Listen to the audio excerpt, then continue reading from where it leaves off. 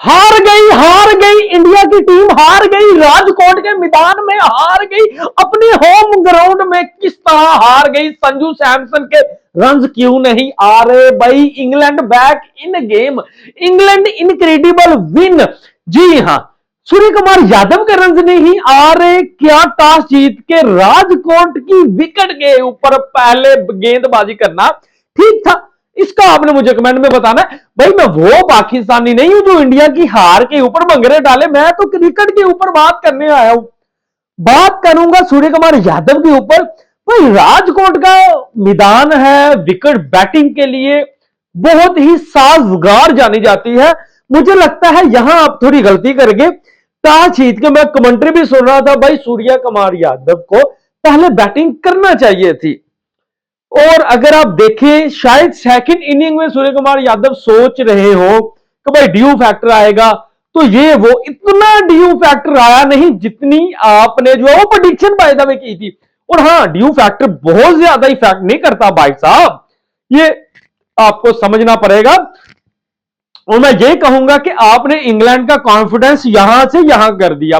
आपने वरुण चक्रवर्ती की मेहनत के ऊपर कहीं ना कहीं पानी फेर दिया। रन्स क्यों नहीं आ रहे संजू सैमसन के? खुद से बहुत नाराज हैं।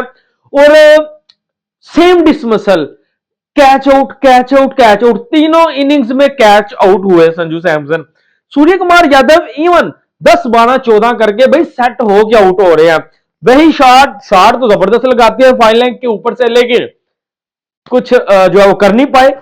देखिए जब तक मैं कहता हूं कि रोहित और विराट नहीं चलेंगे, इंडिया शायद मैच विन नहीं करेगा। तो आपकी ओपनिंग भी कहीं ना कहीं फ्लॉप हुई। तिलक वर्मा की अगर आप बात करें, उनका सॉफ्ट डिसमिसल, जहां तिलक वर्मा की विकेट आ गई, शायद मुझे लगा कि मैच वहीं से खत्म हो गया था। मेरा मानना यह है कि मैच का वो टर्निंग पॉइंट कहीं ना कहीं था। लेकिन अगर आप बात करें अभिषेक शर्मा की, तो जबरदस्त हिटिंग की। भाई साहब जब आपका एक ओपनर संजू सैमसन आते ही विकेट गवा दे, तो दूसरे ओपनर के ऊपर ऑटोमेटिकली प्रेशर आता है, क्योंकि उसने तो पावर प्ले यूटिलाइज करना ही करना। इसका मतलब यह है कि कम से कम दोनों ओपनर 3 ओवर तक जाएं। 3 ओवर मेरे ख्याल से पावर प्ले के T20 में, तो थोड़ा रिदम मोमेंटम कंटिन्यू रहता है। लेकिन इंग्लैंड की बात की जाए तो इंग्लैंड ने तो शानदार जो है वो बैटिंग की, लेकिन पिच के हिसाब से पहली इनिंग में वो भी उतनी बैटिंग नहीं कर पाए। अगर उनका लैम लिविंगस्टोन या बटलर खड़ा रहता या जो है बेन टकर, तो शायद वो 190 होता, लेकिन उन्होंने 171 किया। तो इंडिया भाई चेज नहीं कर सका, जो है 172 का टारगेट इंडिया नहीं कर सका।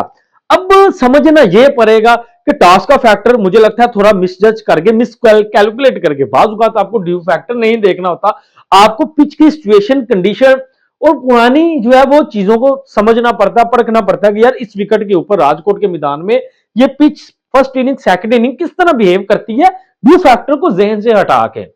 ये आपको जो है वो मेरे ख्याल में थोड़ा सा समझना था। इंग्लैंड आगे ही अंडर प्रेशर थी। आप पहले बैटिंग करते विदाउट एनी प्रेशर, ठीक है। प्रेशर कहां से आता चेज करते हुए? जब आपकी ओपनर या वन डाउन जल्दी आउट होते हैं तब प्रेशर आ जाता है। अगर यही जो है वो तकरीबन 80 नॉट आउट कोई भी होता तो शायद आराम से चेज होता। लेकिन हार्दिक पांड्या की तारीफ करूंगा भाई, हार्दिक पांड्या ने 31 रन की तो शानदार इनिंग खेली, जबरदस्त उन्होंने जो है वो टीम को जितवाने की कोशिश की। अक्षर और हार्दिक वही लास्ट उम्मीद थे, लेकिन साथ यही भी कहूंगा कि शायद ज्यूरल को आपने बहुत लेट भेजा भाई साहब। तो थोड़ा जल्दी अगर आप ज्यूरल को भेज देते, मेरे ख्याल में अक्षर से पहले भेजना बनता था। यहां थोड़ा मैनेजमेंट को सोचना पड़ेगा कि अपने जो है वो एक मुकम्मल कंप्लीट बैट्समैन के ऊपर आपको इतबार करना चाहिए, बजाय इसके कि आप ऑलराउंडर अक्षर पटेल नो डाउट हिटिंग कर सकते हैं, लेकिन मेरे ख्याल से ज्यूरल को आपको थोड़ा टाइम से भेजना बनता था। बाकी 172 अगर मेरी नजर में आप देखें तो शायद इतना ज्यादा कोई टारगेट था नहीं बाय द वे। लेकिन इंग्लैंड बैक इन गेम आ गया, सीरीज अभी भी ऑन है भाई, इंग्लैंड सीरीज लेवल भी कर सकता है। आप देखें इंडिया में इंडिया को हराना कभी भी आसान नहीं रहता। इवन मैं बोलूंगा इस टीम में बुमराह नहीं, रोहित नहीं, विराट नहीं, ये यंग टैलेंट है। इंग्लैंड की मुकम्मल साइड है, इंग्लैंड की मुकम्मल साइड है, ये यंग टैलेंट है। इंग्लैंड को बहुत टफ टाइम मिला। इंग्लैंड देखिए इतना खुश हो रहा है जैसे वो वर्ल्ड कप जीत गया। इवन वो इंग्लैंड की मुकम्मल टीम है, मुकम्मल फास्ट बॉलर है, मुकम्मल स्पिनर है, मुकम्मल बल्लेबाज है, एवरीथिंग है उनके पास। लेकिन यहां सिर्फ यंग ही टैलेंट है। अभिषेक शर्मा, तिलक वर्मा, संजू सैमसन, तो नीचे तक आपके पास रवि बिश्नोई, वरुण चक्रवर्ती, यंग टैलेंट है आपके पास।